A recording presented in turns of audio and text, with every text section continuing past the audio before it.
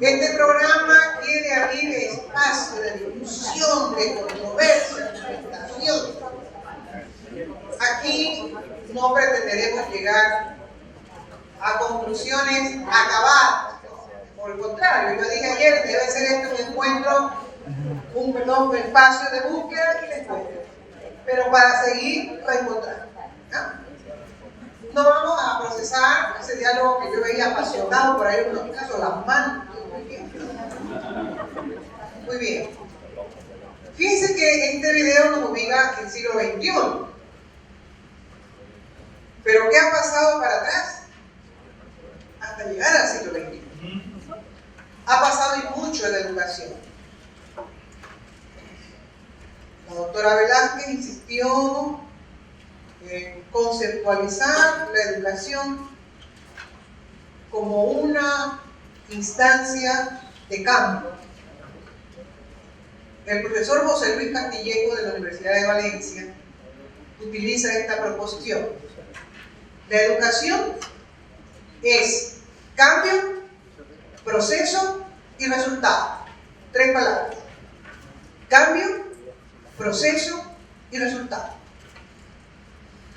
Y a lo largo de esta intervención que yo voy a tener, voy a ir compartiendo algunas reflexiones que van a sustentar estas aseveraciones. Cambio. Y vamos a ir haciéndonos preguntas. En nuestras clases hay cambios representativos de nuestros estudiantes. ¿Cuáles son esos cambios que en mi clase yo propongo para los estudiantes y que no son cambios arbitrarios? Me lo dice el coordinador de carrera, me lo dice su decano, me lo dice el rector, está en el régimen académico, están en la Ley Orgánica de Educación Superior, están en la Constitución. Arranca inclusive de manera sistemática y profunda 1948 con la Declaración de los Derechos Humanos. ¿De qué cambios estamos hablando? Porque si yo no tengo claro ese cambio, es muy probable que me pierda en el camino. Esos cambios de alguna manera me están poniendo el norte. Cambios. Con 2 palabras adicionales. Observables y hasta medibles. O sea, no son nada más que aseveraciones, mis alumnos, sí, yo hago de ellos, seré crítico, reflexivo, ¿no? Los maestros nos encanta ese discurso. Sí, todo eso, pero ¿cómo? ¿Y usted cómo es consciente de que eso se alcanza? A ver, observable. Aquí y ahora. Es que yo quiero que mis alumnos hablen muy bien, que sean capaces de plantear hipótesis, tesis. Y, a ver, déjame ver una sola hipótesis que haya planteado su estudiante. ¿Dónde están las tesis y tesis? No, que son argumentadores, que enseñen los argumentos que ellos plantean en la clase. Que les enseño que tienen que respetar la diversidad como trabajan con nosotros. A ver, muéstrenme cuando trabajaron en equipo y estaban así aceptando que el otro es diferente. Cambios observables y medibles. La siguiente aseveración dice, y eso es posible a través de procesos. Procesos diseñados, planteados desde una observación de cuál es la trayectoria que yo quiero que tenga ese estudiante a través de pasos, de momentos, para que él perciba que ese cambio es logro de un proceso lógico con matices psicológicos y que yo como educador y educadora debo conocer. Cuando me dicen que mi trabajo se hace a través de procesos, yo debo conocer de qué tipo de procesos me están hablando y cómo desde mi disciplina yo puedo favorecer a los estudiantes en ese proceso. Entonces miren algunas imágenes en nuestra cabeza. A ver, ¿y yo qué proceso sigo en la clase? Que además sea perceptible para los estudiantes. ¿Cuáles son esos procesos? Muy bien. Entonces, esos cambios de los que hablábamos inicialmente van a necesitar para nosotros unas clarificaciones de cómo se dan.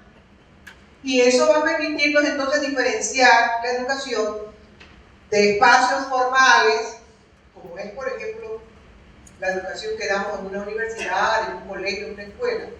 La educación no formal que se da en los centros de capacitación y la capacitación informal y la educación informal, que es la que nosotros obtenemos cuando nos sentamos en la pantalla de televisión o vamos manejando y vemos un anuncio, ¿no?, que dice algo, mira qué importante que dice ahí, o estamos escuchando una canción y estamos con un autor de estas letras que interesante lo que está diciendo este cantante, o voy y leo el periódico, la revista, cualquiera, y me detengo, ver este artículo y no tengo ahí profesor. Entonces esos procesos pueden involucrar instancias formales, no formales e informales, porque la educación tiene esos espacios. Esos procesos necesitan soporte teórico. Y aquí entra nuestra reflexión. ¿Y de dónde saco yo cómo interactuar en mi clase? A veces veo que mi disciplina es muy compleja, que yo tengo, como suelen decir los chicos, aquí tengo todo, pero no logro manejar esos procesos porque de repente no tengo la suficiente fundamentación teórica que me aproxime a una práctica razonada, que me acerque a la tecnología educativa, entendida esta como ciencia aplicada. Y entonces vamos descubriendo que el trabajo del profesor sí cuenta con un soporte teórico que le permita llegar a las mejores prácticas que le faciliten resultados exitosos en el trabajo de los estudiantes. Cierto es que la experiencia y muchas competencias comunicativas que tenemos nos ayudan, y así casi sin mayor soporte teórico logramos resultados. Y está bien. Y qué bueno. Pero yo no puedo arriesgar que todo mi trabajo educativo sea arbitrario, que todo mi trabajo educativo sea improvisado, cuando yo puedo controlar el proceso para que alcance los mejores resultados. Este esfuerzo tiene entonces un soporte, un apoyo desde la tecnología educativa o llamada también pedagogía tecnológica. ¿Cuáles van a ser las características de esta intervención que me ayuden en el proceso? En primer lugar, tiene propósito. Toda intervención educativa tiene una propositividad. Necesita clarificar, bien la doctora Velázquez hablaba de los fines de la educación. ¿Dónde están? Vamos a la ley, vamos a la Constitución, porque yo no puedo, y esto es igual como un marinero o un capitán, lanzarme al agua, en el mar, sin saber a dónde me va a llevar este barco. No, yo necesito propositividad, saber en definitiva a dónde tengo que llegar. Y esto es un trabajo de reflexión profunda dentro de cada unidad académica, donde el equipo de los profesores debe clarificar a dónde quiere llegar. Cómo acompañar a los estudiantes a la realización de esas finalidades, que son muchas inmediatas y otras ulteriores. Como decía la doctora Velázquez, muchas veces ni sabemos si las hemos cumplido porque los estudiantes se van y nosotros cogemos nuevos grupos. Tiene que poseer propositividad. La tecnología educativa o la pedagogía tecnológica tiene una segunda característica: metas, y metas concretas en tiempos estimados. Y por eso nos dicen, la carrera dura tanto tiempo. ¿Y cómo vamos a ajustar los esfuerzos para que ese estudiante se gradúe en ese proceso pensado en términos de tiempo. Y ahí nos hemos encontrado, ¿verdad? A propósito de toda la movida que ha hecho el nuevo régimen académico, nos encontramos con estudiantes que no se graduó. Y nos inventamos la palabra de egresado, ¿no? La nueva ley dice, ya no hay egresados. ¿Hay graduados o no graduados? Es decir, cumplió no en el proceso establecido en el tiempo asignado o no. Necesitamos también que esta intervención educativa propicie el trabajo en equipo. Equipo de estudiantes, equipo de profesores. Necesita racionalidad, explicaciones desde marcos teóricos. Esta tecnología educativa necesita una racionalización de recursos que nos obliga a pensar con qué vamos a trabajar y de qué mejor manera. La reflexión teórica de la que estamos hablando nos va entonces a orientar en los procesos que debemos ejecutar para llegar al último componente que propone el profesor Castillejo. A ver si alguien nos recuerda la tercera palabra, ¿cuál es? Resultados.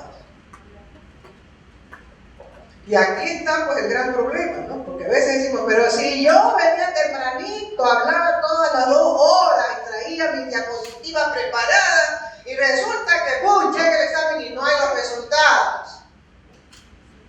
Pero nadie me puede decir que yo no trabajé, yo venía totalmente con fría, que yo no estudiaba. Pero no están los resultados. Hoy en la madrugada, ya les digo que en la madrugada, hay un artículo, ingresen a Diario El País, que habla justamente de esto, ¿no? Ya les voy a indicar cuál artículo. Cómo nosotros necesitamos indicadores que me digan que mi trabajo fue efectivo y que mi proceso sirvió y que los resultados me dicen que yo fui eficaz. ¿Y cómo esto se logra cuando esas finalidades o resultados nos plantean situaciones como esta?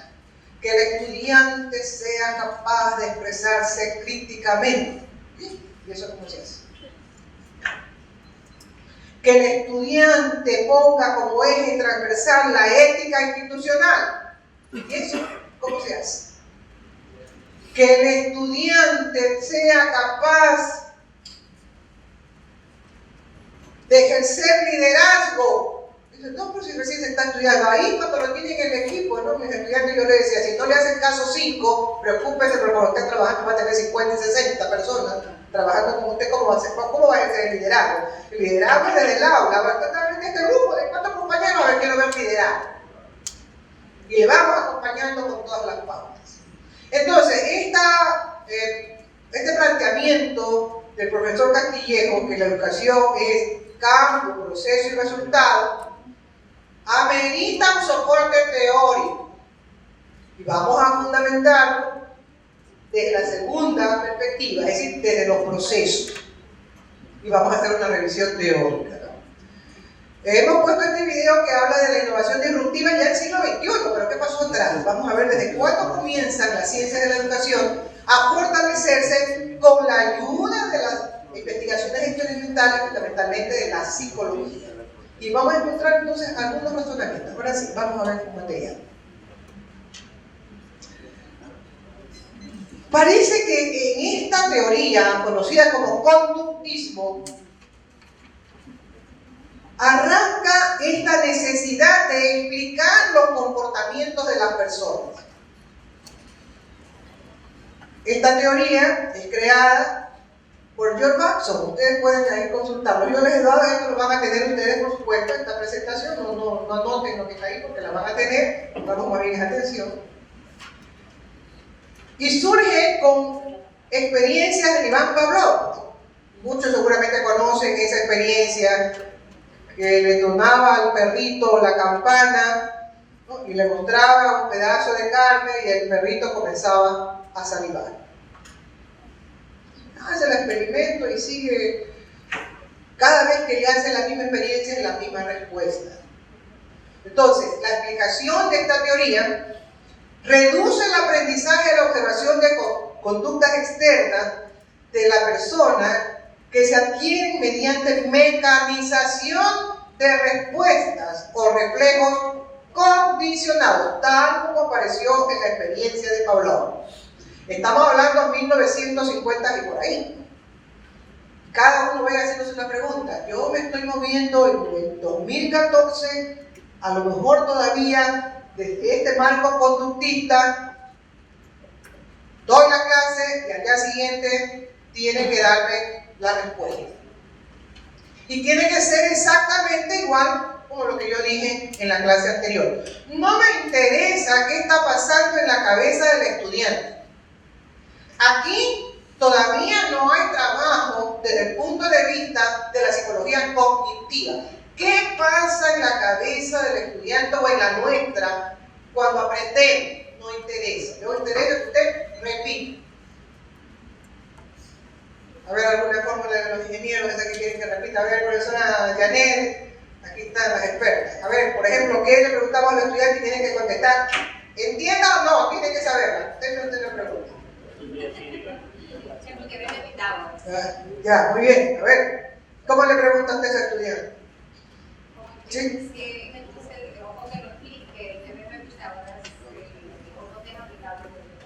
Ya, pero ese explicar, ya eso es otra cosa. ¿Cuál es el teorema de Pitágoras? El estudiante toda la madrugada,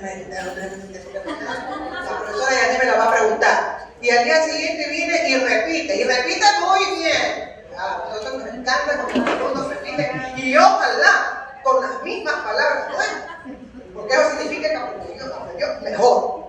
Entonces, cuando nosotros nos movemos en ese esquema de estimular a través de una intervención con nuestras palabras, para que ellos respondan exactamente lo que nosotros queremos que respondan, y ojalá igualito en todos los términos, estamos todavía en 1950, durante el marco del esquema conductista. Ojo, en esta revisión histórica que yo voy a ir planteando, va a quedar la posibilidad que en algún momento digamos, sí, esa teoría nace por ahí, pero yo he visto que en algunos campos de educación actualmente se la utiliza y muy bien.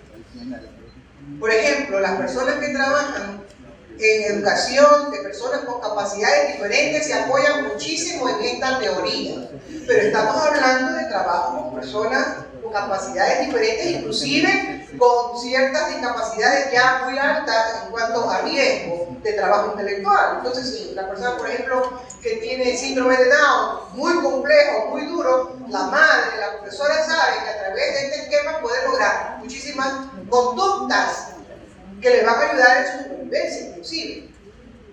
Entonces, el esquema conductista no es que lo descartamos, no, ojo, y yo quiero que por favor compartir con ustedes alguna observación que suelo hacer cuando trabajo con profesores. Es que es conductista, es que es tradicional. No, de cada teoría nosotros a través del tiempo podemos aprovechar algún aporte para algo muy en particular que nos sirve. ¿Ya? Entonces, primera revisión teórica. ¿Cómo se llama esta teoría? Ya está como los alumnos en la escuela. Muy bien, conductista. Esta indicación para esta teoría nos quedamos específicamente en aprendizaje condicionado por el estímulo-respuesta reducido a la simplicidad de fuerza. No importa si no entiende, con tal que repita. ¿Ya? Muy bien. Vamos a ver, avanzamos y tenemos un avance de esta teoría para identificarla como conductismo operante. ¿Quién es el representante de esta teoría? Lo vemos ahí a Frederick Burnfreder, así es, de la Universidad de Cambridge, estudia y desarrolla cátedra en la Universidad de Harvard, ahí en Cambridge. Las conductas aprendidas de las personas pueden generar un control propiciando consecuencias positivas o negativas de refuerzo o castigo. Estamos hablando de Skinner, el apellido no está ahí, por favor. Frederick Skinner, y él desarrolla la teoría del conductismo y se centra así, pero cuando hay esta relación estímulo-respuesta, tiene que haber un estímulo que puede ser, o puede haber también un castigo. Y es el generador de las máquinas para aprender. Comienzan a trabajarse las opciones. Por favor, seleccione cuál de estas es. Si usted acierta, ¿no? Como la máquina. Entonces para usted le ponen en la máquina una estrellita, ¿no? Usted salió muy bien. Si no acertó, entonces le vamos a poner una carita ahí que está triste, ¿no? ¿Todavía está esto o no en el sistema siglo XXI? ¿Sí o no? Algunos, ¿no? Muy bien.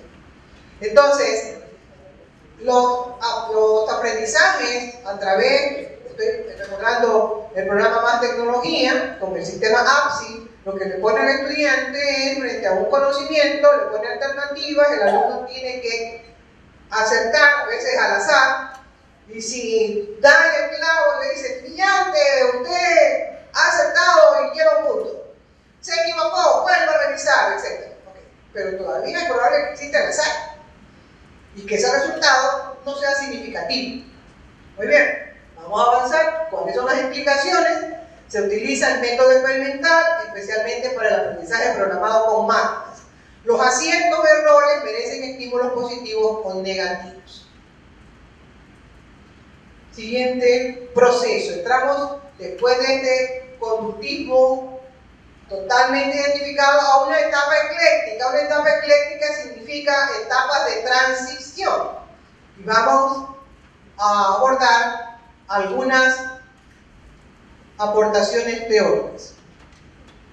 No se me vaya todavía, espérense, no se me vaya. Aprendizaje por modelos. Las personas aprendemos mediante la imitación de modelos, interpretando lo que observamos, también denominado aprendizaje vicario. El creador de esta teoría es Albert Bandura, nacido en Canadá y estudiado en la Universidad de Columbia. ¿Qué impacto tiene esta teoría del modelado? ¿Qué impacto?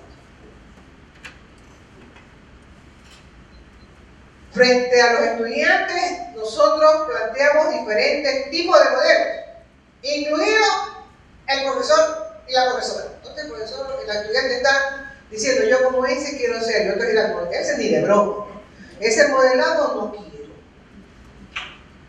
O el profesor dice, no, esto que yo quiero enseñarlo con una simulación, para que ellos vean cómo es que este aprendizaje se da. Muy bien. Modelos. Obvio, cuando ya se trata de modelos humanos, entre comillas, entramos con alguna preocupación. ¿Hasta qué punto realmente nosotros como educadores o educadoras constituimos un modelo a seguir? Y decía la doctora Velázquez el impacto que tienen los modelos dentro y fuera del aula. Inclusive comenzando por la familia. Papá, mamá, hermanos, ejercemos un impacto en nosotros porque hay la tendencia a imitar. Bandura propone una teoría, hace un experimento, pone en una sala a unos niños con un muñeco, ¿cómo le llaman esto que se mueven? Porfiado, un porfiado, y le pegan al muñeco y los niños están viendo y ya se va el profesor.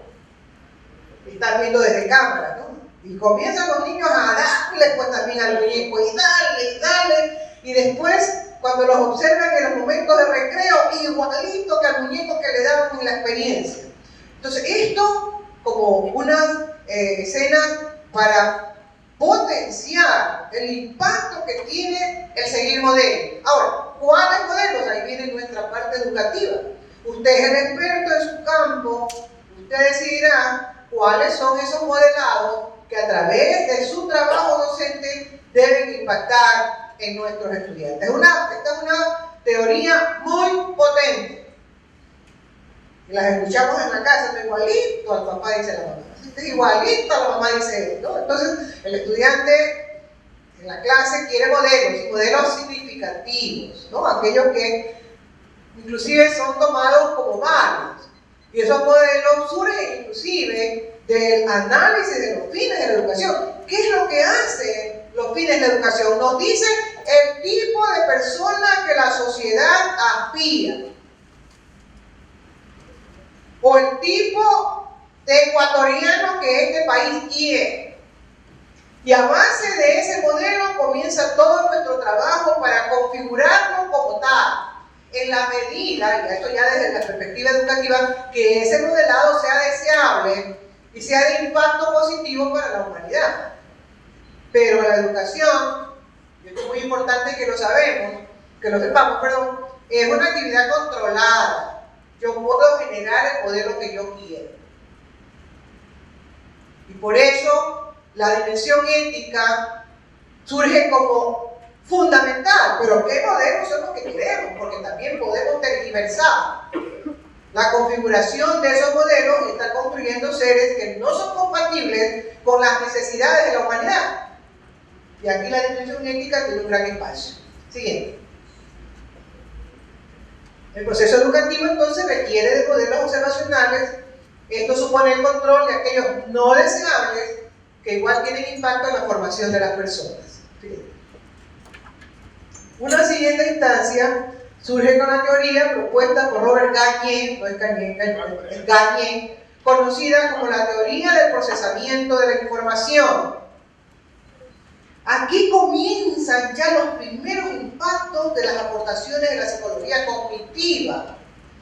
Y nos dice, bueno, para que los estudiantes puedan aprender, necesitan conocer de estrategias que le permitan realizar operaciones cognitivas en su cerebro para que pueda almacenar la información y consecuentemente recordarla luego.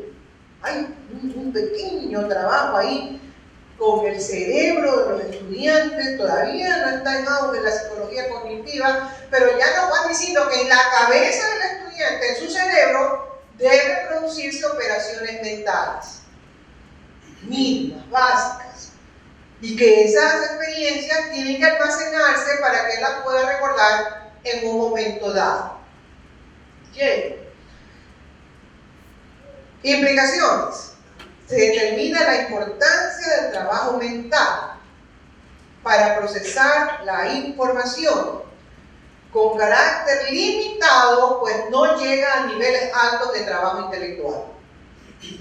Comienza a darse prioridad al uso del lenguaje. Y esto es importante recordarlo, porque la psicología cognitiva generalmente va a trabajar con el lenguaje para a través de él potenciar las operaciones mentales. Pensar para comunicar. Ese sería el procedimiento. Comienza a darse prioridad al uso del lenguaje con énfasis en el manejo de los procesadores o instructivos del cómo hacer. En nuestra clase nosotros pedimos tareas o actividades a nuestros alumnos. Y el alumno dice, ¿cómo lo hago? Yo necesito dotarlo de procesadores de información que le permitan lograr los resultados de aprendizaje que yo quiero a través de determinada tarea. Gagné comienza con las primeras aportaciones de la psicología cognitiva. Bien. Celestín Freinet, 1896 y 1966, a diferencia de los anteriores, no tuvo ni Yale ni Harvard. Era un maestro popular, de escuela de pueblo, y comenzó a criticar las acciones educativas de su momento y comenzó a valorar las acciones libres. Aquí hay en Guayaquil un centro educativo que trabaja con esta teoría. El profesor Alberto Williams, uno de los pocos pedagogos serios que tiene esta ciudad, trabaja en su escuela y hace unas experiencias interesantes. Yo he tenido pues, la posibilidad de estar algunas veces invitada para ir a ver cómo trabajan y me enteré de muchas cosas. A ver, al estudiante hay que ponerlo allá en el medio, que esté en lo que es la vida cotidiana, libre, nada de clase con el horario, con sugestiones metodológicas, no, a ver, vamos en la práctica aprendiendo. Alguna vez llevó a unos estudiantes, los vistió de payasos y los llevaba en los colectivos o bucetas. Yo quiero que vivan lo que vive el que recoge plata dentro de una buceta. Pítase de payaso y llevó a todos los estudiantes y los estudiantes impactados. ¿No van a hacer recoger? Sí, bueno, con sombrero, con base de la plata. Estuvieron como unos 10, 15 minutos en el trayecto del bus, se bajaron, ahora sí vamos a hacer aquí en el Parque Centenario de la clase. Y vamos a procesar esta experiencia. ¿Qué significó para ustedes? ¿Por qué se da esto como fenómeno social? ¿Qué trasciende de esto? ¿Qué pasa con la educación? ¿Cuál es la mirada que tú le das a este problema? ¿Cómo quisieras tú asumir una aportación para que esta realidad se transforme o se cambie? Eso es mucho más fuerte que simplemente contarle en la clase que hay payasos que se disfrazan y que suben a una buceta. Experiencia en el campo. Experiencia abierta. Por supuesto, hay unas connotaciones sociales muy fuertes en su propuesta, muy fuertes, nace de la lectura de los aspectos socioeconómicos que tienen un gran impacto en las acciones educativas. Bien. Implicaciones. Se valoran las experiencias cotidianas en el contexto social, buscando que el ciudadano tenga contacto con la realidad socioeconómica, realizándose de manera autónoma y libre. Por ejemplo, en este colegio a mí me impresionó muchísimo. La primera hora es solo para enterarse de lo que ha pasado, lo que está pasando en el mundo. Y los estudiantes tenían que estar preparados. Entonces, ¿qué pasó con estos grupos de muchachos que en su vida leían el periódico, madrugaban a leer el periódico? Porque ahora vamos a conversar de lo que está pasando ahora, aquí en la ciudad, en el país, en el mundo. Bueno, vamos a leer todos los periódicos.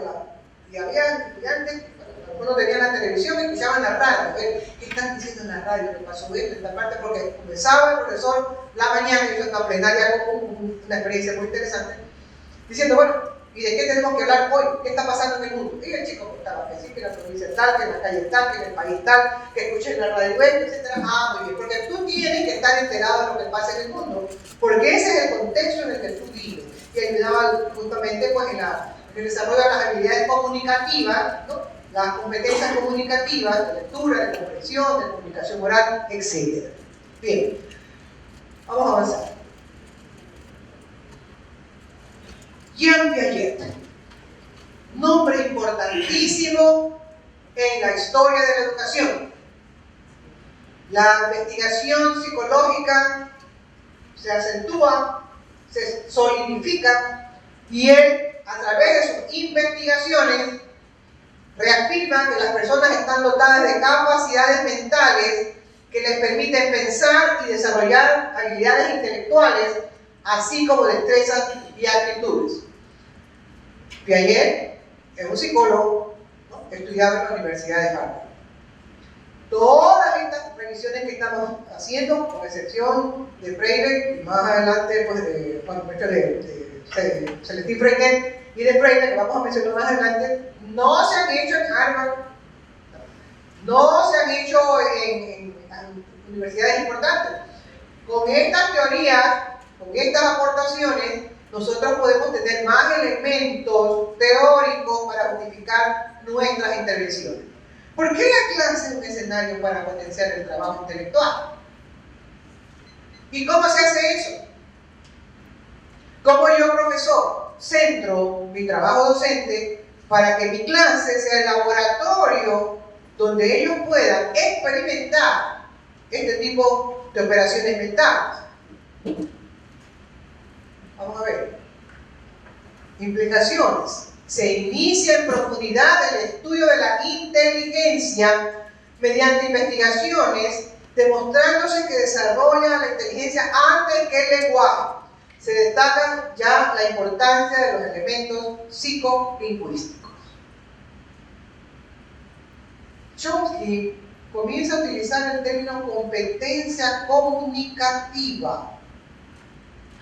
Los educandos necesitan desarrollar competencias comunicativas que puedan comunicarse oralmente y por escrito de manera correcta y adecuada. Ojo, no estaba hablando de corrección idiomática, no estaba hablando de ortografía, hablaba de operaciones mentales.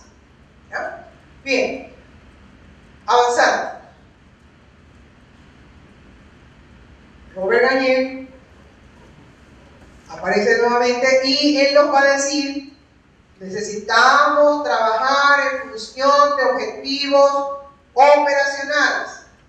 Y comienzan a hablarse ya las famosas taxonomías, incluidas las taxonomías de Bloom, ¿no? Que ya es conocida para la mayor parte de los profesores. Y dice: el aprendizaje cognitivo se planifica estableciendo previamente las conductas deseadas, actualmente llamados resultados de aprendizaje, ¿verdad? Considerando las diferencias de las personas, los procesos instruccionales, y aquí aparece esta palabra, instruccionales, y la motivación que se busca. Garnier, psicólogo de la Universidad de Yale. Pongamos mucha atención a esta teoría, porque por primera vez comienzan a categorizarse las respuestas y las conductas de los estudiantes. Surge la famosa taxonomía de Bloom. Acuérdense, a ver si la repasamos: memoria, comprensión,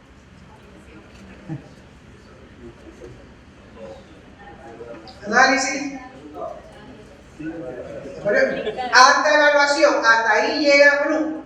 Posteriormente sus revisores la llevan inclusive hasta la taxonomía digital, y ustedes tienen los padres afuera, para lo que corresponde al nivel de creatividad. Muy bien. En esta teoría ya nos obliga prácticamente a pensar: a ver, profesor, ya no diga así románticamente que usted quiere que el alumno sea la novena maravilla. Diga concretamente qué conducta quiere que el estudiante desempeñe en el aula y que sea observable y medible. Sobre las famosas formulaciones de objetivos en términos de taxonomía de Bloom. Un gran esfuerzo por ir particularizando el trabajo del aula en función de objetivos, y comienza el auge de la tecnología de la educación. ¿Por qué es importante que nosotros conozcamos a fondo estas propuestas de taxonomía o categorías de las conductas de los estudiantes? Porque pudiera ser que, sin darme cuenta, al revisar la taxonomía, resulta que yo solamente me estoy moviendo en el nivel de memoria, que el alumno repita de memoria lo que yo digo en la clase, y en el mejor de los casos que exprese si lo comprende a través de las famosas parábolas. Si no, con sus propias palabras, le dice el profesor, con sus propias palabras diga lo que comprende y más nada. No hay niveles de aplicación, no hay niveles de análisis, tampoco de síntesis, ni los llevamos a los niveles más altos, como sería en términos de Bloom la evaluación. Es un gran esfuerzo. Vamos a ver más adelante, continuando con la trayectoria. Desarrollo de la inteligencia. Vuelve Piaget en una siguiente etapa de investigación y menciona que cada persona desarrolla su inteligencia mediante procesos y etapas de maduración biológica y psicológica. ¿Y esto qué quiere decir? Vamos a ver las explicaciones. Mire, dice, aquí tenga en cuenta, maestro, y estaba casi dirigido para los maestros de la edad escolar, que de 0 a 2 años, y todo esto respaldado por investigación experimental, de 0 a 2 años se va a constituir el periodo preoperacional. Ojo, profesores, en esta época solo estímulos sensoriales. Y ustedes verán que en las etapas de los jardines de infantes, en los lugares donde tienen a los niños pequeños para cuidarlos, están ahora las estimulaciones tempranas, ¿verdad? Puro ejercicio sensorial. Por favor, no le enseñe lo que es el teorema de Pitágoras, porque no lo va a entender. No tiene madurez intelectual. En esa época, en esa instancia, es solamente lo sensorial. Por eso ustedes verán que a esos niñitos en la cama le ponen la música, le ponen el color, le llenan como de 30 juguetes, pero mientras más color tiene, porque eso es lo que le llama, y le ponen aquel chinesco y el niño va mirando, ¿no? Le llama la atención, no sabe de qué chinesco le da para ver un color, y hay un sonido que le va direccionando. Las educadoras de párvulos sabe muy bien cómo hacer este trabajo, ¿verdad? Para eso se creó esa especialidad. Me tocó el liderazgo de crear esa carrera cuando yo era directora de la escuela de agua y de paso me voy contando lo que estamos hecho, ¿ya? Luego, de 2 a 7 años, dice, oiga profesor, oiga maestro de educación elemental, en esta fase juegan mucho las percepciones, todo lo que es atencional a base de materiales didácticos. Por eso la escuela que tiene los niños en esa edad, lo que más debe tener es material didáctico. Entonces ahí nos entristece nuestras escuelitas fiscales, ¿verdad? Cuando entramos y solamente vemos la tiza y el pizarrón y los niños son de 5 o 6 años y decimos, pero si este etapa la psicología dice que necesita estímulos, ¿dónde están los materiales didácticos, los juegos? Por favor tráiganlos acá, no me hago ocupada, tráiganlos al parque acá que están en la bateza, ¿no? Ella lo sabe muy bien, por eso tiene ese parque lleno de muchos estímulos. De 7 a 11 años, dice el teórico, comienza a desarrollarse el pensamiento lógico. Ojo, profesor, comienza el aprendizaje de las operaciones concretas. Todo esto tiene que saber el profesor que está en la escuela. Por eso se forma. Tiene que ir al instituto normal, ahora los institutos superiores. Tiene que aprender qué teoría subyace en su trabajo educativo.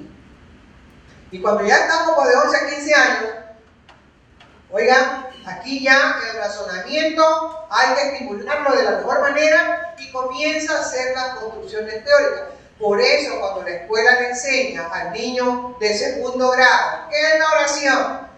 Y le dice el conjunto de palabras que tiene sentido completo, tonalidad propia y limitación.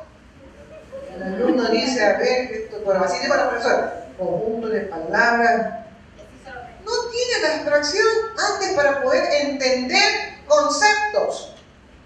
Ese es un proceso de acompañamiento dado por la consideración biológica y psicológica de su desarrollo. Ahora, esta es la propuesta de Piaget en ese momento, pero sí podríamos opinar algo. ¿Qué ha sucedido con esa propuesta? ¿Qué ha sucedido? A ver, tenemos hijos, nietos, a ver. Han cambiado, pero ¿por qué han cambiado? El contexto en el que viven nuestros niños ahora, lleno de tanto estímulo, con familias, ¿no?, que están atrás de los niños estimulándolos, pues ya el niño de 5 años, a mí el papá dice, mío, ya sabe leer y escribir muy bien. Y otro viene a los 4 años, ya en la escuela, en la casa me enseñé a leer. Aquí me compré un silabario, ya, mi mamá me ama, aquí está, ya sabe leer. Entonces, la posibilidad de los impactos ambientales contextuales facilitan que cada vez de manera más precoz los estudiantes desarrollen pensamiento lógico con sus niveles, por supuesto. Me acuerdo alguna vez estando en Israel en una escuelita en preescolar, venga para que conozca la clase, y yo dije, el jardincito de infantes de Guayaquil, es que todos los niños tenían computadoras pelados de 2 o 3 años. Y entonces me decía la profesora, nosotros estamos aquí en Critical Thinking. Y sí, estamos ya potenciando el pensamiento crítico, un chico de 3 o 4 años en la computadora. O más tarde me llevaron a los becas para que conozcan a los niños de 6 años, perdón, de 12 años, aquí está. Y yo entré en un salón grande y dije, ¿pero esto parece fábrica? Sí, esta es una fábrica, en la escuela, ¿cómo sí? ¿Y quiénes son? Sí, los empleados, los gerentes son los niños. Producción. ¿Y qué hacen aquí? Me mostraron. ¿Usted ve aquí? Ve este juego, digamos, de las piezas, como Lego, rompecabezas, se hacen aquí y se venden en la tienda del barrio. Y yo veía esto, pero esto parece hecho en China, no, aquí los estudiantes lo hacen. Y esto es parte del pensamiento industrial. Industrial sí, escuela. Entonces uno dice, oye, pero eso no es lo que estudian los estudiantes de PCP cuando ya se van a graduar. No, si ya están aquí en la escuela. Ya están en la escuela. Entonces, mire, un montón de diferencias. Y yo me quedé seriamente impresionada. O, como vamos a ver más adelante, otra teoría que también tuve la oportunidad. Bien, avanzamos entonces en el proceso de las aportaciones teóricas como resultado de las investigaciones experimentales. Jerome Bruner, todavía vive, ¿no? Psicólogo de Harvard. Es curioso, todos estos han pasado por las mejores universidades. Entonces ahí tenemos un mensaje muy claro. ¿Qué hace la universidad? Investigación. Investigación. Y Jerome Bruner habla del aprendizaje por descubrimiento. Yo necesito involucrar al estudiante en procesos de descubrimiento, siendo él el sujeto que descubre, para que esa realidad que estudia la entienda, la transforme, la reorganice mediante el uso de técnicas según etapas de desarrollo. Cuando hablamos de etapas de desarrollo, estamos refiriéndonos a las etapas que también ayer las había mencionado. Que el alumno descubra, pero ¿cómo es esto? Entonces, ¿cómo va a ser, cuál es el papel del profesor si quiere que el alumno descubra? Y si yo hablo todas las clases y leo diapositivas los 120 minutos, ¿en qué momento descubre? ¿Cómo es esto del descubrimiento?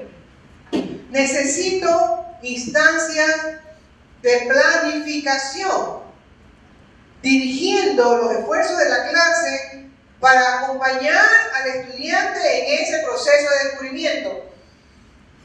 Martín Valque le llama reconstruir el conocimiento. Usted como experto ya lo sabe, pero para el estudiante debe ser una situación de descubrir.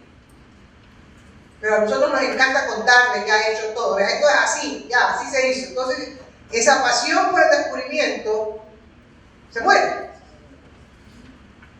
Algunos maestros tienen una especial habilidad para situar a los estudiantes como sujetos de descubrimiento. A ver, ¿qué va a salir de aquí? Aquí están estos materiales, aquí hay estas circunstancias, póngase a ver. Monee, pregunte, habla, algo va a salir de aquí. Observación libre, hasta que luego va haciendo la observación dirigida y luego orientando hacia donde usted quiere llevar el descubrimiento. No es que te desarma todo en la casa, pero claro, quiere ver qué pasa adentro. El estudiante, yo recuerdo una vez en la casa, por X situaciones disciplinarias, le dije al chico, no hay televisión en el cuarto. Se acabó, afuera hay televisión, nunca más hubo televisión en el cuarto. Y un día yo llegaba a la casa y dije, escuché, ¿cómo es esto? Parece que está poniendo la televisión, la disciplina, vamos a ver cómo es el asunto. Y ya habían no sé qué, ya no me pregunten porque no son mi fortaleza las tecnologías, pero la computadora la había convertido en televisor. Estoy hablando de niños de 12 años y dije, ya la dañó. Nada, ahí estaba muy bien funcionando. Claro, no, mamá, es que quería morir. Yo le digo, ¿cómo esto hizo? Entonces aquí no hay el profesor de computación, yo te lo he enseñado por puro descubrimiento. La escuela, la universidad, que reconstruye conocimiento y en el mejor de los casos construye, necesita crear estas actitudes de curiosidad para acercarse al descubrimiento. Bien, implicaciones. Esta teoría enfatiza la participación del educando como sujeto de aprendizaje, el que utiliza formas para expresar el nuevo conocimiento a través de actos, respuesta motora, mediante lo icónico, el uso de imágenes visuales, lo simbólico, mediante mezcla de las anteriores. Avanzamos. Siguiente teoría. Ausubel, y esto seguramente lo están escuchando mucho porque tiene un gran impacto. El famoso aprendizaje significativo. Yo tengo que trabajar para que mis estudiantes vean que esto es importante, que lo pueden comprender, que lo pueden aplicar. Este aprendizaje significativo solo es posible, dice Ausubel, si el estudiante es capaz de vincularlo con sus experiencias previas. De ahí la importancia de vincular el nuevo conocimiento con lo que ellos traen. Ningún aprendizaje se da en el vacío. Yo necesito relacionarlo con algo que yo conozca, experiencia previa. Ah, muy bien. Entonces, ¿y eso en la clase cómo se hace? Nosotros a veces partimos del error de creer que los estudiantes no saben nada de lo que yo voy a dar en la clase. No, ¿qué va a creer que todavía no son ingenieros como yo? Y resulta que a lo mejor no saben, a base del uso del lenguaje que usted como experto utiliza, pero que él lo puede expresar con su lenguaje cotidiano. Oigan, que esto tiene que ver con, sí, yo una vez hice eso, una vez vi, una vez me pasó. Experiencia previa. Esa instancia de la experiencia previa le va a facilitar la comprensión del aprendizaje nuevo. No hay aprendizaje que surja del vacío, de la nada. Necesitamos esta relación con algo previamente vivido. Ausubel es psicólogo, pedagogo de la Universidad de Nueva York. Los aprendizajes requieren de experiencias personales previas que le dan sentido a los contenidos e interés por aprenderlos y aplicarlos con apoyos de medios didácticos. Implicaciones. Todo aprendizaje nuevo requiere relacionarse con conocimientos anteriores, lo cual hace necesario que el profesor los investigue a través de diferentes formas. No hay aprendizaje nuevo en el vacío. Muy bien, avanzamos. Otra teoría. Esta también se la escucha mucho, ¿no? El constructivismo. ¿Qué plantea esta teoría? Ya mucho más maduro, como profesor de la Universidad de Harvard. El conocimiento humano es una construcción mental que permite a las personas desarrollarse mediante el conocimiento directo de su mundo a través de sus propias experiencias y vivencias con el entorno. Subrayo, construcción mental. Y esto en el proceso de aprendizaje tiene una incidencia mucho impacto. ¿Cómo diseño el proceso para llevar a mis alumnos a que hagan esa construcción mental? En la importancia que va a tener el uso del lenguaje en estos procesos. Que los alumnos, por ejemplo, la lectura crítica fundamentalmente la tengan muy bien desarrollada. Que se comuniquen oralmente y por escrito de manera adecuada. El constructivismo insiste en que cada individuo se construye, se configura a base de sus propias experiencias. Así yo esté sentado al lado del premio Contenta de la universidad, no es posible que aprenda si no es con mis propias neuronas. Entonces yo necesito elaborar espacios individuales para cada estudiante que tenga esas experiencias con sus actividades, con lo que usted le propone como trabajo, como lo que propone como tarea, para que él con sus neuronas sea capaz de construir el conocimiento, que se dé ese procesamiento que le permite convertir la información en el conocimiento. Proceso de configuración humana. Yo me autoconstruyo. Tengo instancias de socialización, pero el aprendizaje fundamentalmente ocurre aquí, en mis neuronas. ¿Ya? Bien, las implicaciones de esta teoría, que el aprendizaje es el resultado de un proceso individual de construcción mediante el desarrollo de las operaciones mentales en sus diferentes niveles taxonómicos. Afuera tenemos los valles y van a estar a la disposición de ustedes y todo este material van a tenerlo en su debido momento. ¿Cuáles son esas operaciones mentales? Les voy adelantando. La escuela está desarrollando una iniciativa, aquella materia de técnicas de comunicación oral, técnicas de expresión, no comunicación, de expresión oral y escrita, que llegó a agotarse. Ya no va más. Porque nosotros tenemos que meternos en esta línea. Estímulo a las operaciones mentales para que puedan pensar y comunicar. No quedarnos con el sujeto y predicado y la palabra grave, esdrújula, etc. Eso ya no le corresponde a la universidad enseñar. Le corresponde potenciar el pensamiento de los estudiantes a través del desarrollo de operaciones mentales. Acaba de terminarse el primer curso y nos ponemos muy preocupados. Y tenemos algunas instancias para inclusive ampliar esta comprensión. Dentro del proceso de selección de profesores no titulares, creado desde hace 3 instancias de proceso de selección, se involucró y se insertó la prueba de comunicación escrita. Los resultados fueron terribles. Aún para profesores que estaban buscando para la cátedra de técnica de comunicación oral y escrita. Se crea el programa Walter Cardano Raffo para ayudar a los estudiantes que se van a estudiar fuera a que repasen, porque las pruebas son, pues, ustedes saben, el tipo de pruebas es el razonamiento verbal, el razonamiento lógico, Y comenzamos a dar los cursos y otra vez el diagnóstico. Los estudiantes ya eran finales de la universidad, o sea, los que ya se van. Estuvieron cuántos años aquí, algunos no tienen todavía el nivel de desarrollo del pensamiento lógico. Y vamos al programa, el famoso programa de reforzamiento académico que hace el ESPOL para repasar ese reforzamiento, el repaso, ahora que te van a estudiar en las mejores universidades ranqueadas, y vuelve a repetirse la misma historia. Nuestros alumnos no piensan correctamente. Hago subrayado de esta palabra. Pensar correctamente para comunicar. Por eso en nuestras clases es muy común cuando usted le pregunta, oiga, ¿qué es el sistema? Y el alumno dice, es cuando, por ejemplo, pero no le conceptualiza. Porque no los hemos entrenado en operaciones mentales como conceptualización. Y tampoco utilizan ni siquiera adecuadamente la gramática normativa.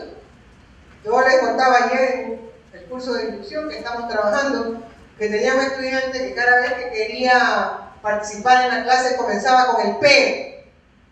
Profesora, pero. Yo decía, ¿por qué este joven utiliza el pero? Así como. Porque lo que decía no era objeción, sino iba a dar su punto de vista. Es que el pero nunca lo entendió como una conjunción adversativa. Es que ni siquiera eso era posible a veces en el aula. Entonces nosotros necesitamos insistir en el aprendizaje de la comunicación desde la potenciación de las operaciones mentales básicas y superiores. Observación, análisis, argumentación. Señor, argumente la propuesta tal. Pero lo que dicen no son argumentos. Muchas veces hasta aseveraciones subjetivas. Señor, defienda este punto de vista. Argumento, tesis, hipótesis. ¿Qué es eso? ¿Cómo se hace? ¿Cómo se escribe? ¿Cómo se redacta? Señor, redacte un ensayo. ¿Y eso qué es? Solamente sé escribir oraciones cortas. Como ya máximo llevo el párrafo de 2 o 3 líneas. ¿Cómo me pide usted que escriba un ensayo? Y le veo la cara como que después me quiere pedir un paper. Pero si yo eso no lo he aprendido. ¿Cómo trabajamos con los estudiantes las operaciones mentales? Avancemos. Vygotsky, psicólogo ruso, aprovecha esta instancia de la Revolución Rusa y comienza a decir, ¡ojo! El lenguaje es la herramienta que potencia las relaciones socioculturales. A través de la comunicación, los pueblos han dado inclusive reivindicaciones. Necesitan hablar, deliberar, exponer sus ideas. Repartían los panfletos durante la Revolución Rusa. A ver, comunique, diga lo que piensa, lo que siente. Ah, muy bien. Y de la teoría de Vygotsky, entonces, viene a reforzarse la enseñanza del lenguaje instrumental. El lenguaje como herramienta, desde las fundamentaciones que él hace en un contexto sociopolítico como el que le tocó vivir la Revolución Rusa. Siguiente, implicaciones de esto. El lenguaje es un medio para conocer la realidad y reconstruirla, y construirla inclusive, desde las lecturas ideológicas que realiza el individuo. En este proceso tienen valor las relaciones dialécticas de las personas en entornos sociales con los que se identifican y se acercan. A eso le llaman las zonas de aproximación. Lenguaje, medio para conocer la realidad. Dos son funciones y sabemos que el lenguaje posibilita la connotación, que es lo que yo interpreto de la realidad. A propósito, profesor, camiseta amarilla, verde, todos los colores que veíamos, esa es una connotación del lenguaje, después de la comprensión. Y la denotación, cómo yo describo la realidad tal cual la percibo, no cómo la interpreto. Lenguaje denotativo, lenguaje connotativo.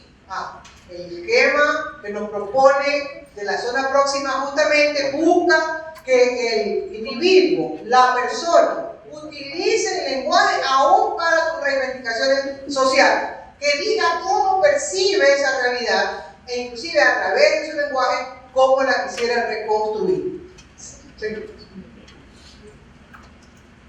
Paulo Freire, que ya está más cerca de nosotros, pedagogía liberadora, qué gran impacto que usó. Él utilizó el término la educación bancaria, así la llaman, educación bancaria, y decía que las clases parecían una cuenta de ahorro, donde le poníamos en la cabeza al alumno los valores con una situación bien crítica, que los intereses eran muy bajos porque la calidad del ahorro no había sido significativa. Es muy conocido como representante de la educación bancaria. La educación libera al hombre de las fuerzas opresoras a través del desarrollo del lenguaje, utilizando como medio el pensamiento crítico y las relaciones dialécticas con el entorno.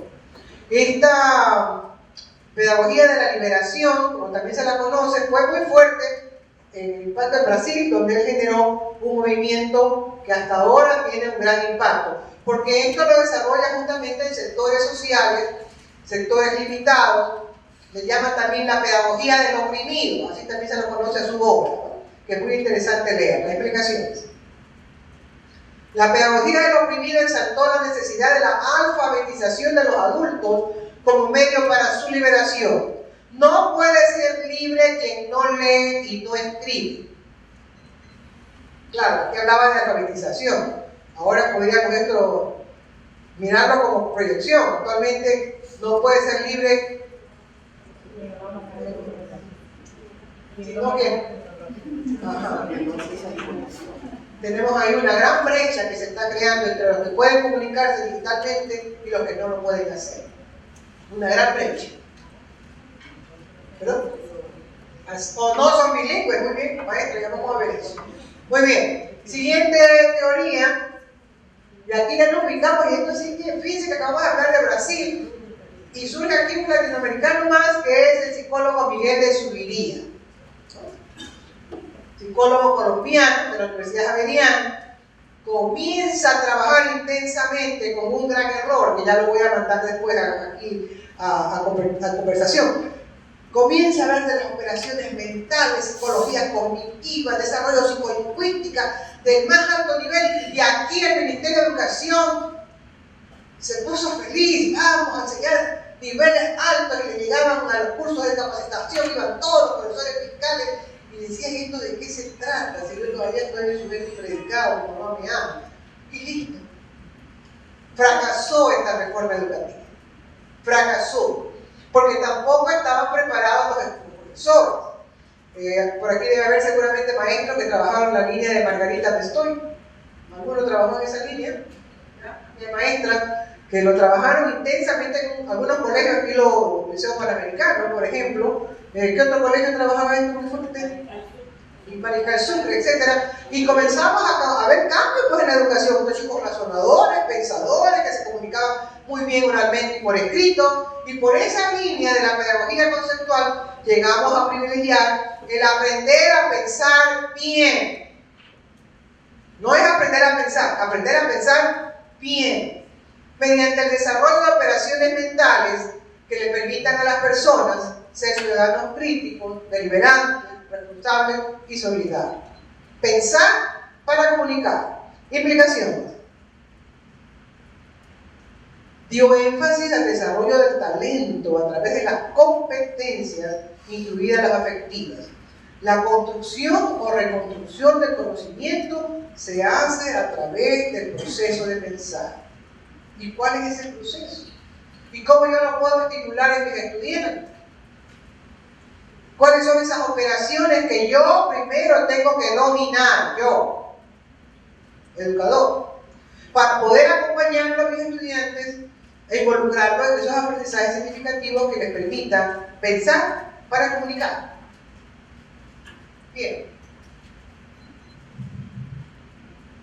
Gardner hace una importante aportación. Es el creador de la teoría de las inteligencias múltiples, psicólogo de la Universidad de Harvard. Dice: oiga, ¿saben ustedes que todos los estudiantes no aprenden de la misma manera? ¿Por qué? Ya lo decía Corte en el video, ¿por qué hacemos la clase igualito para todos? Y él plantea su teoría destacando que tenemos diferentes estilos de aprendizaje. Y en eso nos reconocemos mucho, ¿verdad? Las personas aprendemos de manera diferente, de conformidad con nuestras formas de inteligencia. Por ejemplo, hay personas que tienen inteligencias lingüísticas, son hábiles para hablar o para escribir. Otros se mueven muy bien con los números, con todo lo que son operaciones matemáticas. Otros con el movimiento del cuerpo. Personas que tienen una habilidad para los deportes, para las danzas. Los que tienen inteligencia visual y espacial. Yo creo que la mía espacial es como bastante limitada, siempre me pierdo con la dirección. Pero hay personas que es listísimo. De repente, ya llegué. Es la primera vez que vengo, estoy en la esquina donde estoy, a ver, aquí en la esquina está la tienda, más allá hay una luz roja, etc. Y otros que se manejan a la maravilla en los espacios. Por ahí dicen popularmente que también los que no gatean son los que se pierden. Puede ser, como pasan en los brazos, pero generalmente. La inteligencia musical, recordemos a aquellos estudiantes que dicen es que si yo no estoy con la música al lado no puedo estudiar, si yo necesito el ritmo.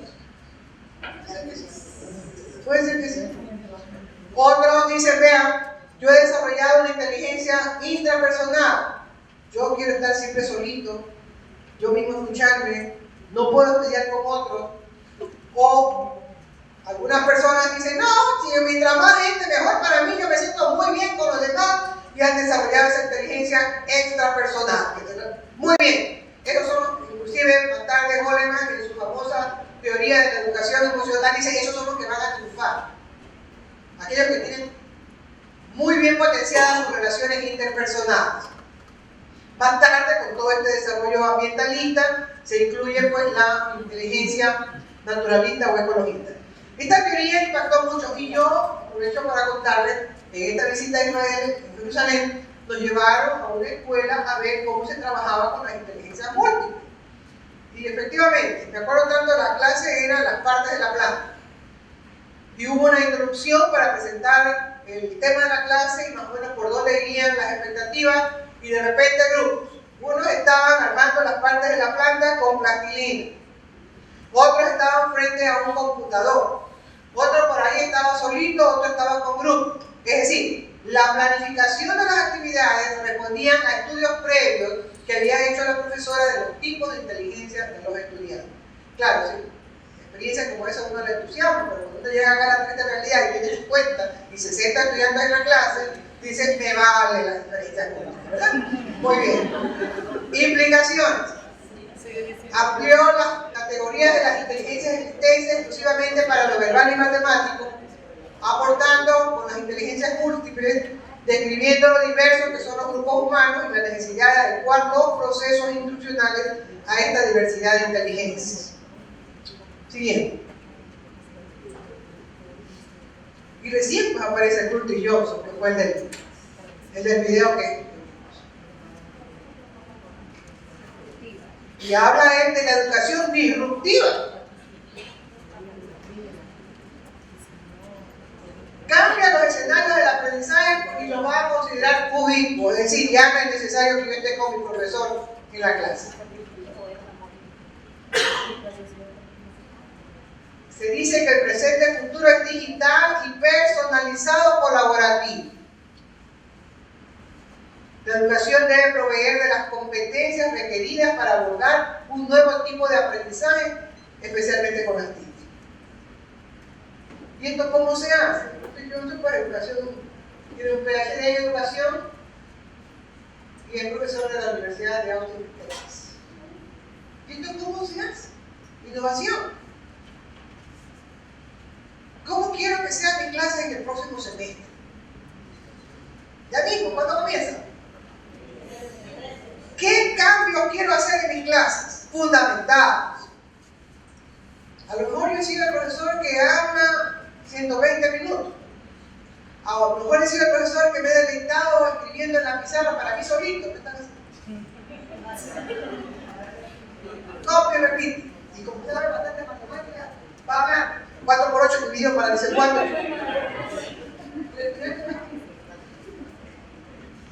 ¿Cómo cambiamos preparamos para que la clase se convierta en un ambiente de aprendizaje, que cuando uno entra, está la gente trabajando, porque usted ha planificado ese ambiente. Cuando nos hablan, casi nos asustan, ¿no? La realidad es que nos plantean porque nos queda la preocupación y estamos preparados para llevar a los alumnos a estas innovaciones. Yo, como educador, estoy preparado para llevar una innovación responsable, porque tampoco se trata de que voy a hacer lo que sea, no, una innovación responsable con su respectiva fundamentación. ¿Cómo es esto de incorporar las tecnologías? Ahora el régimen académico dice, mire, tantas horas en clase y tantas horas de aprendizaje autónomo. Así dice el régimen académico. Su coordinador de carrera le va a decir horas de clase y horas de trabajo autónomo. ¿Y eso cómo se hace? Si nuestros alumnos no han desarrollado todavía sus competencias comunicativas para estudiar solos, porque se supone que sabe leer muy bien, que sabe trabajar procesadores de información, que sabe hacer ensayos, que sabe argumentar, que sabe hacer preguntas, que sabe responder preguntas, porque es otra cosa. Los estudiantes son expertos en responder preguntas, pero no en formular preguntas. El único que pregunta es el profesor. Hay que enseñarles a preguntar, porque si no la innovación científica, la dimensión investigativa, ¿cómo comienza sin los avances de preguntas? ¿Cómo estamos preparados para este cambio que comienza ya, compañeros, en este siguiente segmento? Trabajo en clase y trabajo fuera de clase. Trabajo autónomo y colaborativo. Lo que decía Nick Curtis, las 24 horas, el estudiante disponible. No nos extrañe que estemos dormidos y no se den el celular. Está en el cambio, profesor, ¿qué quiero hacer lo que estoy en esta pregunta? Así va a ser. Y la escuela ya está en eso. ¿Está en eso? No. Nuevas tecnologías. Bien, implicaciones. La educación debe dotar de las competencias requeridas para que el sujeto aborde un nuevo tipo de aprendizaje, especialmente con las TICs. Esto tiene gran impacto para la configuración de los ambientes de aprendizaje donde se aprende individualmente y con otros, mediante el uso de tecnologías, democratizando la educación y valorando la diversidad humana en las diferentes formas de aprender. Siglo XXI. Conductismo, recorrido teórico, autoubicarnos en el aquí y ahora, que es nuestro momento. ¿Cómo lo queremos abordar? ¿Qué tipo de estudiante queremos formar? La misión del Estado es clarísima. ¿Qué dice ahí? A ver si se la sabe ya de memoria. ¿Formar qué? Y no les mando el deber. A ver. ¿Y eso cómo se hace? Formar líderes emprendedores, ¿no? Dotados de valores ético-morales. ¿Y eso cómo se hace? Siglo XXI. ¿Cómo se hace? Desde una innovación disruptiva. Vamos a tomarnos un momentito. Primero revise lo que usted haya anotado y con el compañero de al lado vamos a reflexionar para luego conversar. ¿De acuerdo? Tengamos este minuto para revisar este recorrido de hoy.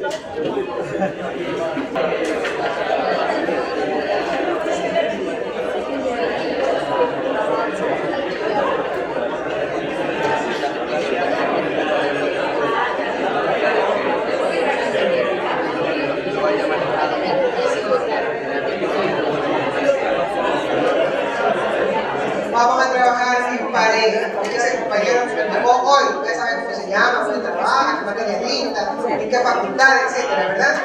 Muy bien, entonces de atrás. Vamos a poner ahí en su libretita un cuadro como este, doble columna. En la primera columna vamos a poner antes, entre paréntesis, ahora con un signo de interrogación y vamos a decir por qué. Y el debe ser. De acuerdo a la revisión teórica y bastante rápida que acabamos de hacer, cada autor en todo un estudio profundo, aquí hemos hecho una revisión muy rápida. ¿Cuáles parecen ser los roles que los educadores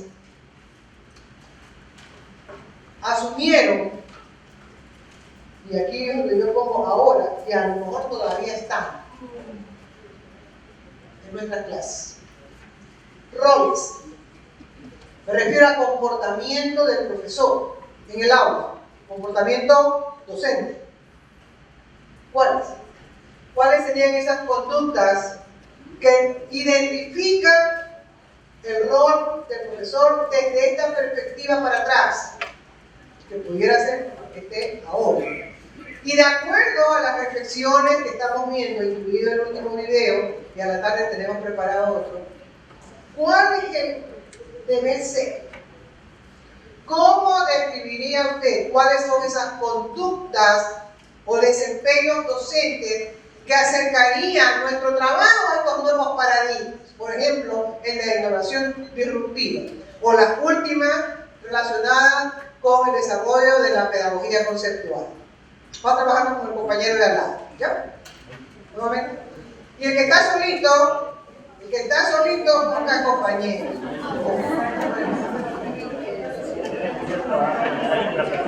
Busque compañero, haga su cuadrito.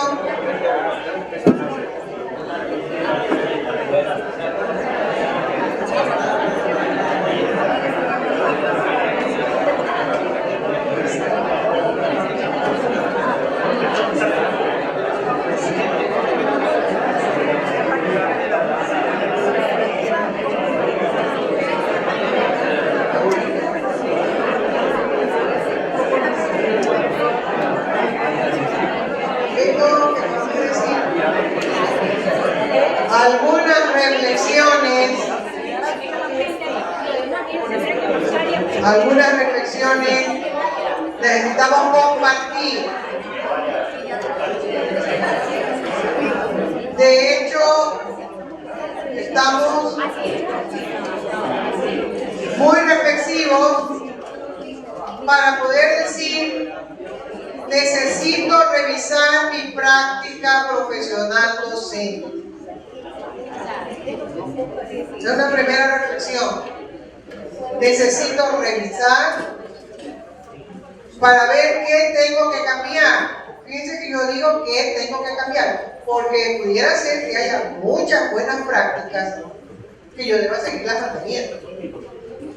Pero también pudiera ser que me veo retratado en el antes, que todavía estoy en los paradigmas que se han ido agotando y necesito ubicarme en las necesidades de los estudiantes que están viviendo el siglo XXI, y del cual yo también soy parte, y no puedo aislarme. Estamos viendo la necesidad de cambiar roles. Si me estoy viendo yo fotográficamente cuál es mi rol hasta estos momentos, y las clases comienzan ya mismo. ¿Cuándo? A ver, ¿qué cambios puedo comenzar a hacer poquito a poquito, fundamentándolo? Y esta es la principal invitación en este programa. No hagamos nada en el aula que no sepamos por qué lo hacemos. Eso se llama fundamentación teórica. No hagamos en el aula lo que pueden hacer los estudiantes. A veces le robamos el espacio de la clase y pensamos que no lo puede hacer. Cambio de roles. Fotografía aquí, que he estado haciendo en estos momentos, que me sirve, creo que es bueno, me ha dado resultados, pero que también quiero innovar disruptivamente, pensando en que mis estudiantes están viviendo en otro momento. ¿Qué cambios? ¿Cuáles cambios deberíamos asumir? A ver, de lo que han revisado en su cuadro, ¿cuáles serían comportamientos que hay que revisar? Me refiero a comportamientos docentes, no es que son buenos o malos. Conducta, comportamiento, desempeño. A ver, ¿qué quisieran decir? Por aquí. Bueno, que siempre se ha creído que todo, siempre se ha creído que todos los estudiantes son iguales, que vienen en igualdad de condiciones de aprendizaje. Y parecería ser que ese es el error fundamental, porque responder los estudiantes a realidades distintas, porque la educación en nuestro país no es estándar. Y entonces, por eso tenemos contenidos en las universidades, tenemos los famosos sílabos, ¿no es cierto?, en el entendido de que esos programas van a ser asimilados con facilidad, ¿no es cierto?, o por lo menos no con muchas dificultades por todos los estudiantes. Entonces yo considero de que ese es un error fundamental. ¿Qué podemos hacer como profesores universitarios? Esa es la pregunta. ¿Qué podemos hacer frente a esa realidad? Si tenemos programas establecidos, si tenemos sílabos preconcebidos, ¿no es cierto? Y aparte, como es como una obligación de cumplirlos. Entonces, frente a eso hemos estado conversando entre los cuatro, que primero el profesor universitario, el profesor de SPOL, tiene que entender eso, que responden nuestros estudiantes, ¿no es cierto?, a realidades de aprendizaje distintos. Y frente a eso, pues, yo creo que es un punto de partida para un debate, para buscar respuestas. Nosotros no podemos plantear en nuestro grupo, por lo menos, una respuesta frente a esa realidad. Quiero que observen esta gráfica, gracias Emilio, por fin yo. Esta gráfica que identifica ese proceso de reflexión que necesitamos los profesores.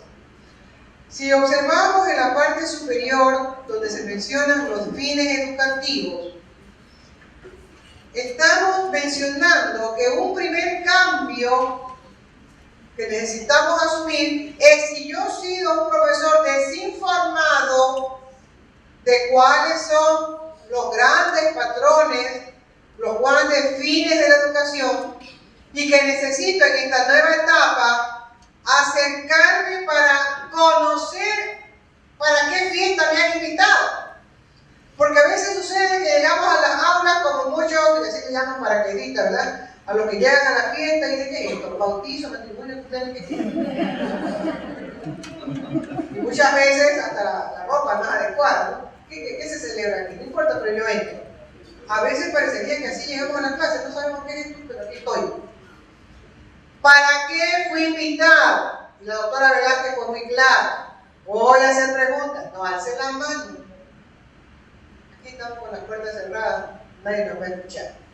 Voy a preguntar lo siguiente: ¿cuántos profesores han procesado la Declaración de los Derechos Humanos de 1948? No hacen la mano.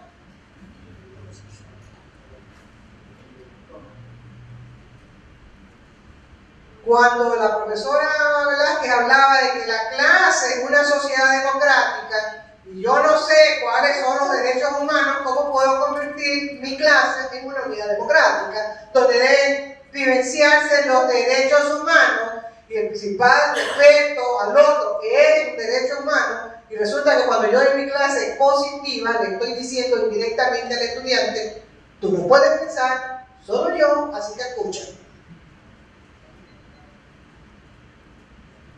Primera pregunta. Segunda, pero no me conteste.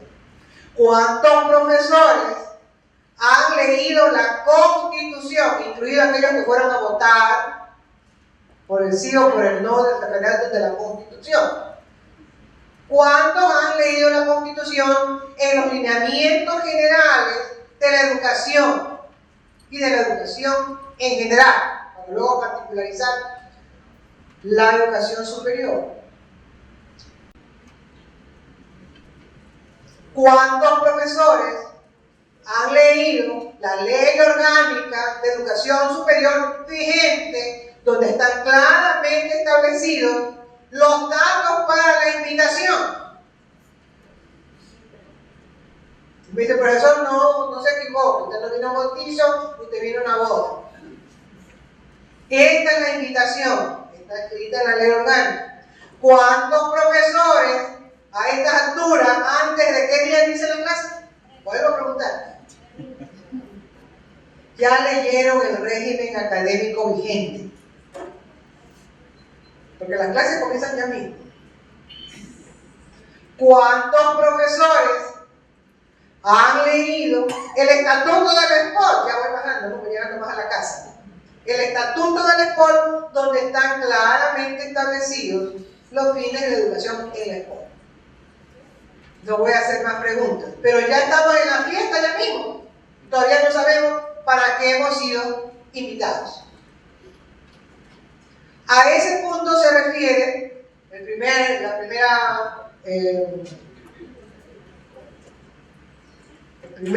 globo antes, fines educativos. Es decir, yo no puedo comenzar a pensar en el cambio si no sé para qué y por qué.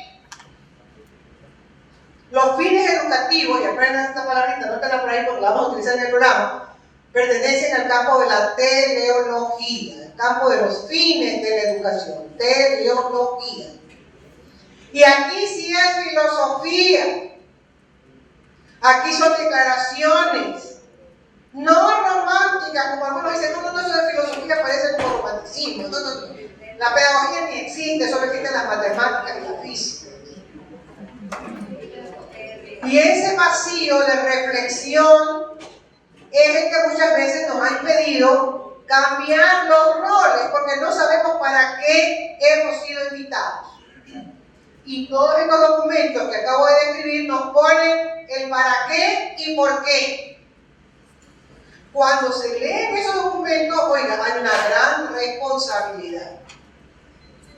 ¿A qué me han invitado? No me han invitado a dar clases.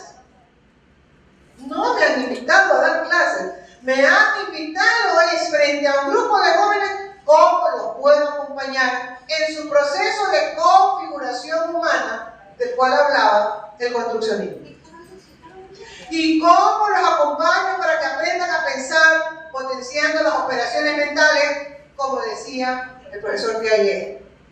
Y cómo voy a aprovechar las inteligencias múltiples sabiendo que mi clase es diversa, para yo llegar de mejor manera, como decía Gary. Y cómo voy a convertir y aprovechar modelos dentro de la clase según el planteamiento de Bandura. Y cómo voy a propiciar las conductas de aprendizaje significativo, tal como lo planteaba el profesor Ausura. O cómo llevo a mis alumnos a trabajar por descubrimiento. ¿Cómo? Es decir, estoy haciendo cosas por sentido común. Y está muy bien, muchas veces eso funciona, pero cuando ya somos profesores, y más aún en la educación superior, yo necesito fundamentar mi trabajo. Y este espacio, creado como ciclo de formación docente, tiene esa finalidad, acompañarlos a reflexionar sobre su práctica docente, con la debida fundamentación teórica. Para diferenciar, no quiero quedarme como práctico de la educación, yo quiero ser profesional de la educación. Y hay una gran diferencia. El práctico hace cosas y algunas le salen muy bien. El profesional las hace, sabe por qué las hace y busca que le salgan bien. El profesor no puede seguir trabajando, por muy intuitivo y por muy creativo que sea, simplemente por impulsos. Nuestra responsabilidad ética con los jóvenes que tenemos en la clase nos obliga a una práctica educativa razonada, desde una dimensión ética inclusiva. Mi estilo de clase es una realidad ética. Subyace ahí mensajes. Pero si yo no he leído la Declaración de los Derechos Humanos, tampoco sé cuáles son los derechos de mis estudiantes. ¿Cuáles son mis derechos y responsabilidades también como educador? Entonces, el conocimiento de los fines educativos es el comienzo para mi reflexión como profesor. ¿Para qué fui invitado? Y de paso me van a pagar, por supuesto. Que me quede con la duda de si es suficiente, insuficiente, yo no sé, ese es otro espacio de discusión. ¿Para qué fui invitado? Para que no me equivoque en el manejo de la invitación, como puede ocurrir con los actos sociales. ¿Verdad? La siguiente reflexión Estamos aquí. Y aquí lo acaba de mencionar la maestra. Oiga, pero yo necesito conocer a los estudiantes. ¿Cómo es esto que me preparo en el vacío? ¿Cómo es esto que me preparo en el vacío? ¿Quiénes son mis estudiantes? Y aquí hay una realidad muy importante que descubrir. ¿Quién es el estudiante politécnico? ¿Cuáles son esas características relevantes que las compartimos todos en nuestros espacios de clase? ¿Quién es el estudiante? Aquí, si usted va al área de bienestar, le habla con Masterpass, le va a presentar estadísticas de cómo está el factor demográfico del estudiante de la escuela. Y a veces nos quedamos así como, uy, ¿cuántos estudiantes, por ejemplo, son de fuera de la ciudad, que viven aquí solos? ¿Cuántos viajan diariamente 2 o 3 horas? ¿Cuántos vienen de condiciones económicas muy afectadas? ¿Cuántos comen bien? ¿Cuántos comen las 3 comidas o cuántos algunos? ¿Cuántos tienen problemas familiares? Ah, yo no soy psicólogo, un momentito, pero ese estudiante que está en la clase es una unidad biopsicosocial que se afecta con lo que vive. Yo no digo que convierta su clase en un laboratorio de psicología, pero sí necesito saber qué pasa atrás de cada estudiante. Yo necesito información acerca del sujeto. Edades. Edades. ¿Cómo manejarse en una clase diversa por edad? Y ahora es más relevante este dato porque mucha gente ha vuelto a estudiar. O sea, ya no viene solamente el que tiene 18 o 19 años. Tenemos gente, inclusive, mayorcita. ¿Y cómo acompañamos a esta realidad atípica? Ya no está grabado en la de bachiller. Ahora tenemos diferentes edades. Información acerca del sujeto, que incluye todos los factores de la diversidad humana. Género,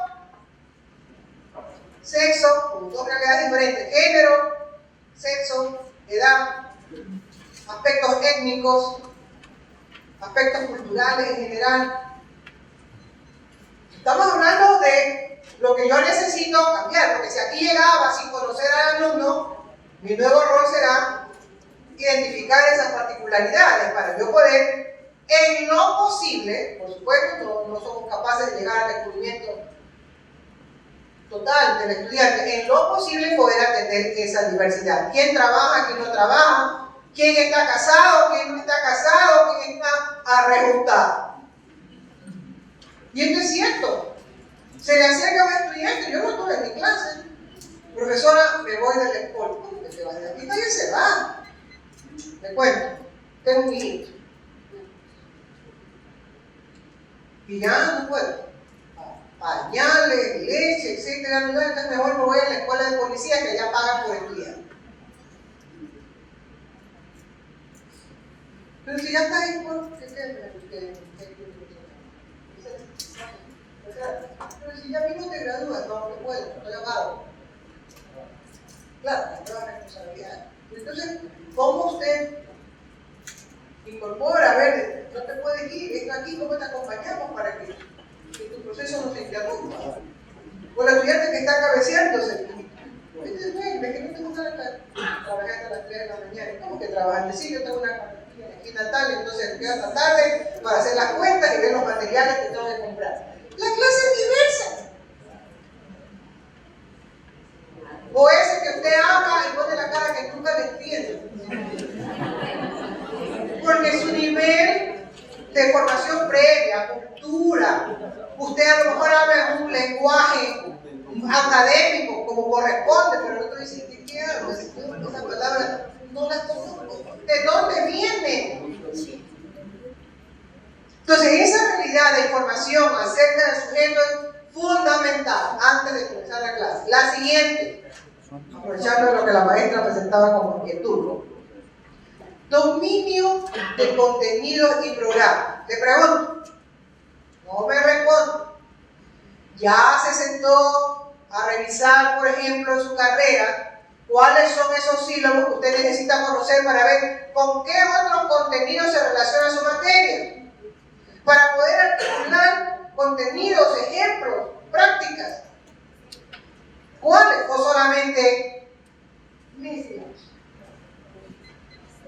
Conozco yo el plan de la carrera, conozco el perfil de la carrera, o llego el primer día a ver qué enseño yo, cálculo, ¿qué es el cálculo directo? ¿Qué tiene que ver esto con la formación de los estudiantes? Mi materia no es una materia aislada, es parte de un entramado de relaciones académicas, conceptuales, psicológicas, económicas, sociales.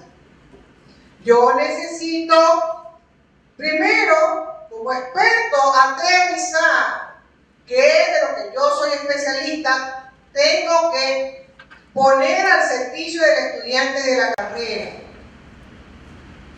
Porque tampoco es cierto que yo puedo hacer trabajo al margen del sílabo de la carrera. No, pues. Hay un orden interno. Mi obligación como experto es sentarme, a ver, coordinador, yo que soy experto, piensen que esto de aquí podríamos modificar, esto de aquí lo podemos cambiar. Hagamos la reunión, aquí están las aportaciones históricas, aquí están las tesis, aquí están los libros, aquí están las fuentes.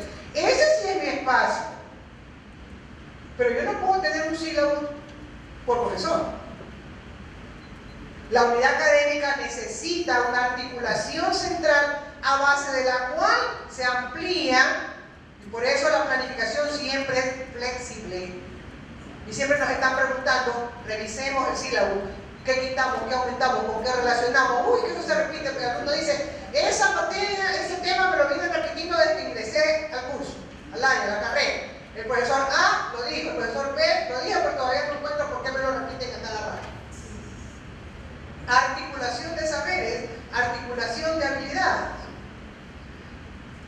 Contenidos suficientes. ¿Cuánto dura mi curso? ¿Cuántas horas?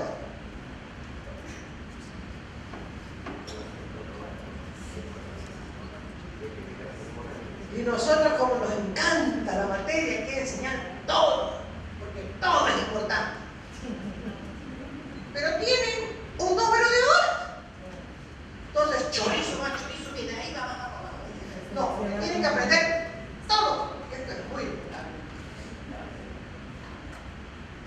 Conocimientos, contenidos, programas suficientes, actualizados. ¿Cuándo fue la última vez que revisó los contenidos de su materia? ¿Cuándo fue la última vez si ya consultó nuevos autores, nuevas propuestas? ¿Qué está haciendo la universidad allá en Yale? ¿O qué está haciendo el MIT? ¿Qué están haciendo en el Georgia Tech? Que más o menos trabajan las mismas cosas que nosotros. ¿Qué está pasando allá? No, yo sigo con mi cuadernito amarillo que me acompaña desde cuando inicié la cátedra. El libro gordo de PT. ¿Cuándo reviso? Ya anécdota, los estudiantes saben cómo son las cosas. Siempre en las clases hay un pepito, ¿verdad? Ese pepito que está observando al profesor a ver qué le hago. Y teníamos un profesor que tenía efectivamente un cuadernito ya medio amarillo, con recortes, ¿ya? Entonces los compañeros dijeron, yo me cansé de ese cuaderno. Hoy se pierde el cuaderno porque se pierde. El pepito de la clase, no lo dice, ya, que venga con otra cosa. El profesor lo llaman a la coordinación y el señor se fue cuando regresó. Pero yo no tenía el cuaderno, no hemos visto nada. Se acabó el cuadernito amarillo. ¿Cuándo fue la última vez que revisamos los contenidos? En esa racionalidad que exige el número de horas. Lo que necesita aprender, va el estudiante cuando ya trabaja y le dicen haga tal cosa, porque esto no me enseñaron. Oiga señor, pero yo sé otras cosas. No, esto tiene que hacer. Cuando lo averiguamos afuera, los contenidos. Información del sujeto, aquí, en lo nuevo. Quiero partir conociendo a los estudiantes, y en el camino voy viendo, hablo con el uno, él no tiene problemas, el otro tiene limitaciones, el otro es listo, el otro es más lento. ¿Por qué será que Olga Aguilar se demora tanto? Algo a la vez. Resulta que descubre que Olga Aguilar es disléxica. ¿Y eso cómo incide en la calidad del aprendizaje? ¿Cómo voy a adecuar? Hay algunas universidades, conozco una en particular en Chile, que toman los exámenes orales a los estudiantes de dislexia. Aquí en el PRA hemos tenido que hacer exámenes aumentando el tamaño de la letra, sí. Porque el estudiante dijo, yo tengo ese problema y es una discapacidad que yo he desarrollado. Ok, entonces vamos a escribir los exámenes con la letra así de grande. Siguiente. Conocimientos científicos, técnicos, pedagógicos, y aquí se centra en lo que hemos trabajado en esta jornada. Conocimiento de cómo se aprende. Tecnología de la educación, énfasis en los procesos, estudiar. No solamente inferir, estudiar. ¿Qué técnicas le sirven de mejor manera a mi cátedra? Conocimiento científico, técnico, pedagógico, teoría, fundamentaciones, etc. Y el control contextual, en qué momento, en qué tiempo, en qué espacio, con qué medios se realiza el trabajo de los profesores. ¿Cuáles serían entonces, desde esta perspectiva del proceso de decisiones pedagógicas antagónicas, las nuevas funciones de los profesores? Y vamos a cerrar esto escuchando lo que por ahí seguramente trabajamos. Nuevo rol. ¿Quién? Que se escuche desde acá. Algo que planteamos en el deber ser un cambio de actitud para flexibilidad con el tema de la tecnología. Cambio de actitud, flexibilidad. Otro rol. Comenzar a utilizar el circuito. Muy bien, muy práctico y muy puntual. Porque algunos dicen, ¿y eso qué es? Horrible, feísimo. No quiero hacerlo. Pero está ahí todo lo que la escuela quiere proponer. Siguiente. ¿Y eso qué suena? Eso suena medio complicado. ¿Qué es eso de crear modelos significativos? Generalmente por la experiencia que hemos tenido y en el lectura que tuvimos de todas las teorías, hablábamos de que los modelos igual implican el desarrollo implican su objetivo del estudiante, y en cada uno de ellos podemos nosotros escoger en qué caso, bueno, de acuerdo al escenario que se nos presente. Muy bien. ¿Allá el señor? Estaba pensando que podría ser lograr empatía con los estudiantes. Sí, señor. Y de muchas cosas, ¿no? Los alumnos conversan con los profesores solo de cosas importantes. Yo ahí a veces me animaba a hablar de fútbol, no sé mucho, y cuando me venía con la cara triste, ya perdí, pero probablemente no. Ya es Melén que perdió, a crear el ambiente. Aquí en el deber ser, fundamentalmente un cambio. De conferencista a facilitador. Y con eso resumo todo. De conferencista antes a facilitador. Y ser facilitador supone planificación, supone saber qué voy a hacer con estos estudiantes cuya descripción ya he identificado, cómo los voy a acompañar en ese proceso de pertenencia en el siglo XXI y meterme en ese rol. Inclusive voy a hacer la pregunta de cierre. Alcen la mano los que trabajan con computador y tienen computador. Los procesos de clase cuyos resultados me acerquen a la realidad real, no a la realidad imaginaria que están viviendo nuestros estudiantes. En este proceso de construcción vamos a continuar cuando más tarde el doctor Morales nos diga los desafíos del profesional en el siglo XXI. Gracias por tu tiempo. Un minutito, por favor.